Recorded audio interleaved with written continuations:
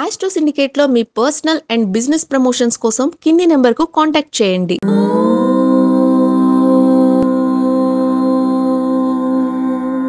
ఓం శ్రీ గురుభ్యో నమః. హరి ఓం. మయూరస్య పత్రే ప్రలంభం పదాబ్జం దధానం కుకుద్యేవ తస్యా పరంచ సురేంద్రస్య పుత్ర్యా చ పల్లాచ్య పార్శ్వద్వయం భాసయంతం షడాస్యం భజేహం. అందరికీ నమస్కారం. మనకి మార్గశీర్ష మాసంలో వచ్చేటువంటి పండగల విశేషాలు చెప్పుకుంటున్నాం మనం. మరి ఇక్కడ మార్గశిర మాసంలో సుబ్రహ్మణ్య షష్ఠి మరియు నాగుల పంచమి వస్తుంది. నాగపంచమి అది ఎప్పుడొచ్చింది అంటే 6వ తేదీన మనకి ఉదయం మధ్యాహ్నం వరకు పంచమి ఉండి మధ్యాహ్నం తదుపరి షష్ఠి ప్రారంభమైంది. అంటే పూజాధికాలు చేసుకోవడానికి, ఉపవాసము నక్తము ఉండడానికి పనికొచ్చేది. మరునాడు పారణ చేసేవాళ్ళు ఉంటారు, కొంతమంది నక్తము చేసేవాళ్ళు కూడా ఉంటారు. అంటే పారణ అంటే ఏమిటి? ఉపవాస దీక్ష వదిలిపెట్టడం పారణ. కొంతమంది లేదంటే మేము సూర్యోదయంతో ఉంది కదా, మేము తప్పకుండా ఈరోజు నక్తంగా ఉండి సాయంకాలం తినే వాళ్ళు ఉంటారు. కాబట్టి 7వ తేదీ గురించి మీకు ఆల్రెడీ ఒక వీడియో చేస్తాను, దాన్ని చూసుకోండి మీరు, నో ప్రాబ్లం.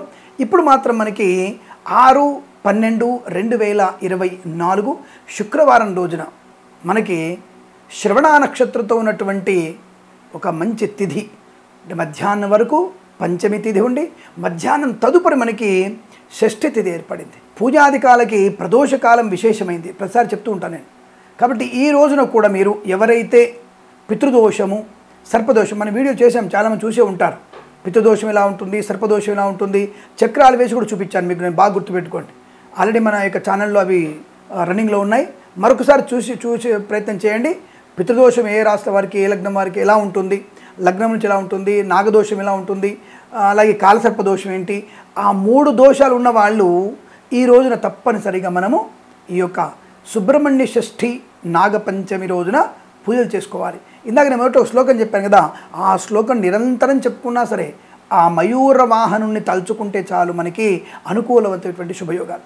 అందుకనే ఒక నెమలి వాహనంగా పామును తను ధరించి ఆ స్వామివారు 2 వర్గ వైషమ్యం అటువంటి 2 వ్యక్తుల్ని, ఒక సర్పము ఒక నెమలిని దగ్గర పెట్టుకుని ఉన్నాడు ఆయన.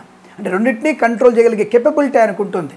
కాబట్టి మనం ఆ రోజు మయూర వాహనుణ్ణి అలాగే నాగ ధరణిని మనం పూజించినట్టయితే తప్పకుండా మనకి సర్పదోషము నుంచి విముక్తి కలిగే అవకాశం ఉంటుంది. అందులోనూ ఖచ్చితంగా నేను చెప్తాను, అంటే మేష వృశ్చిక రాశి వారు, అలాగే ఈ రోజున ఈ మకర రాశి వారు, అలాగే కర్కాటక రాశి వారు, ఈ కర్కాటక రాశి వారు కూడా ఈ యొక్క సుబ్రహ్మణ్య షష్ఠి పూజను చేసుకోవడం చాలా మంచిది. ఈ రోజున స్వామివారికి తప్పకుండా మనము ఎరుపు వస్త్రంతో అలంకారం చేయాలి స్వామివారిని. ఈ రోజున చందనాభిషేకం, కుంకుమాభిషేకం, అలాగే గోక్షీరాభిషేకం, అలాగే విశేషంగా మనకి మేకపాలతో కూడా అభిషేకం చేసినట్టయితే స్వామివారి యొక్క ప్రసన్నతని, ఆనందాన్ని పొందుకునే అవకాశం ఉంటుంది. ఈరోజు స్వామివారికి కూడా మనము తప్పకుండా జొన్నలతో చేసినటువంటి అన్నము కానీ, అలాగే మనకి మినుములతో చేసినటువంటి పదార్థము కానీ, అలాగే గోధుమ రవ్వతో చేసినటువంటి పదార్థము కానీ, అలాగే నూకలతో చేసినటువంటి పదార్థము కానీ, అలాగే స్వామివారికి గోధుమ పిష్టముతో కానీ, గారెలు కానీ తప్పకుండా ఈ స్వామివారికి మనం నివేదన పెట్టాల్సిన అవసరం ఉంటుంది.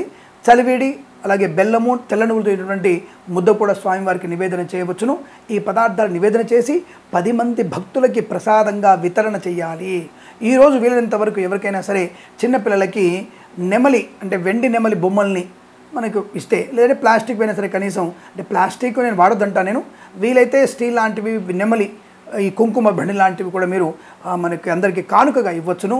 దానివల్ల ఏమవుతుందంటే తప్పకుండా మీ ఇంటిలో తప్పకుండా సత్సంతాన ప్రాప్తి ఉంటుంది. మీ ఇంట్లో ఊయల ఊగేటువంటి శుభతరుణంగా చెప్పబడుతుంది.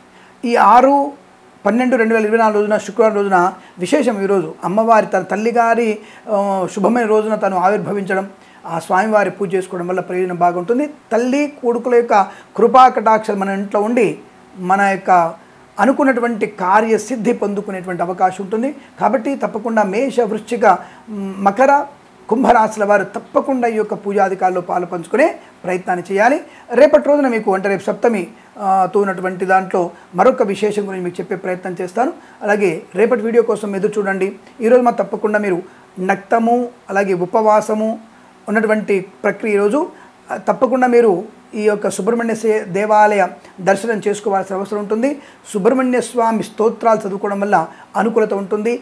వాక్సిద్ధి, శత్రునాశనము, జన వశీకరణ శక్తి పొందే అవకాశం ఉంటుంది. ఈరోజు వీలైతే మీరు ఇళ్లలో సుబ్రహ్మణ్య స్వామి యంత్రం అంటే రాగి రేకు యంత్రం రాసుకొని స్వామివారికి పూజ చేయించి ఇంటికి కట్టుకున్నట్టయితే ఇంకా విశేషమైన లాభాలు ఉండే అవకాశం ఉంటుంది. అటువంటి ప్రయత్నాన్ని కూడా చేయండి. సర్వే జనా సుఖినో భవంతు. ప్రేమతో మీ కిరణ్ శర్మ.